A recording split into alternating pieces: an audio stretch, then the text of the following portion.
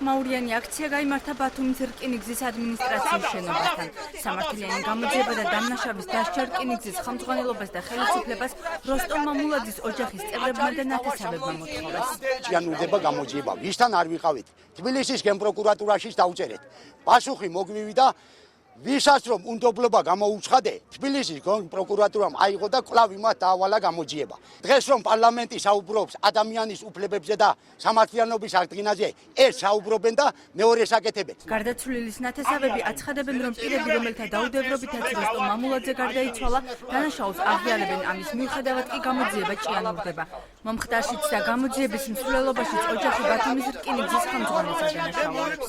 არიელ დუმბაძე ამბობს აღიარებს რომ გადავიარე და შემდეგ ისე გადმოვიარე არ დავეთანხმე შემადგენელის პასუხს არ დაუჯერე არ ვიცი რატო გადავიარე ამას ამბობს მე ჩემი თვალით წავიკითხე აი ყველა ჩვენებები რატო არ აქცევენ ამას ყურადღებას ნათესავებთან ერთად გამოძიებას უფლებადამცველი თამაზ ბაკურიძეც მოითხოვდა. არ არსებობს სტრუქტურა, არ არსებობს ორგანიზაცია, ვისაც ეხება, რომ რაღაცა წილი პასუხისმგებლობა აეღო ან იმ ორგანიზაციას, სადაც მუშაობდა და სამართალდამცავება კიდე თავისი წილი პასუხისმგებლობა უკვე დასცინიან, აღარც კი ხვდები. მათ როცა სჭირდებათ და მათ ინტერესებს როცა სჭირდება, ხო ყველაფერს ხელათ ადგენენ და გადაწყვეტილებასაც ღებულობენ.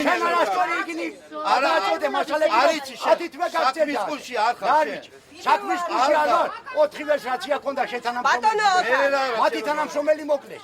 განზრახ მომიყალიცმა, შენაც აგებ პასუხს შენ. აი ბატონო. რკინიგზის ხელმძღვანელი ირწმუნება, რომ შიდა მოკვლევა ჩატარებულია, რომლის მასალებით სამართალდამცავ ორგანოებს გადასცა გამოძიება კი მისი კომპეტენცია არ არის. მე არც გამომძიებელი ვარ აფერა, მე უბრალოდ ჩავატარე სამსახურებრივი მოკვლევა და ამის გამო ეს გადავეცი საგამოძიებო ორგანოებს. დიახ ბატონო. თქვენ ეგ ბრალი უნდა აღზრას იქ გამომძიებელი საქმე. პირები, რომელთა ბრალეულობითაც 55 წლის მამაკაცი გარდაიცვალა, კერძო სალოკომოტივო კომპანიის თანამშრომლები იყვნენ, რომლის დირექტორის აცხადებს, რომ სამსახური მათ ბრალის აღიარებისთანავე დატოვეს. მისივე თქმით, გამოძიების ეტაპებით თავადაც არაერთხელ დაინტერესდა, თუმცა პასუხები ყოველ ჯერზე იგივე იყო. ჩვენი ჩვენებები აიღეს ყველაფერი და იყვნენ რამოდენიმე 2-3 იყვნენ ჩვენთან მოსული. რამოდენიმეჯერ ჩვენი თანამშრომლებიც. როგორ არა, რა თქმა უნდა, რა თქმა უნდა. 3-4 ჩემი თანამშრომელი დაცვის სამსახურის უფროსი მყავს გაგზავნილი, გამეგო რა მდგომარეობაში არის. არაფერი ჯერჯერობით მიმდინარეობს გამოცდილება. როსტომ მამულაძის გარდაცვალების ფაქტს თავდაპირველად პროკურორი აბულაძე და გამომძიებლები როლანდ იაკობაძე და მიხეილ აბაშიძე იძიებდნენ. შემდეგ კი საქმე გამომძიებელ მერაბ ზაქარაძეს და პროკურორ შოთა ხორავას გადაეცა. პროკურატურამ დღეს საქმის ეტილი განმარტებები არ გააკეთა.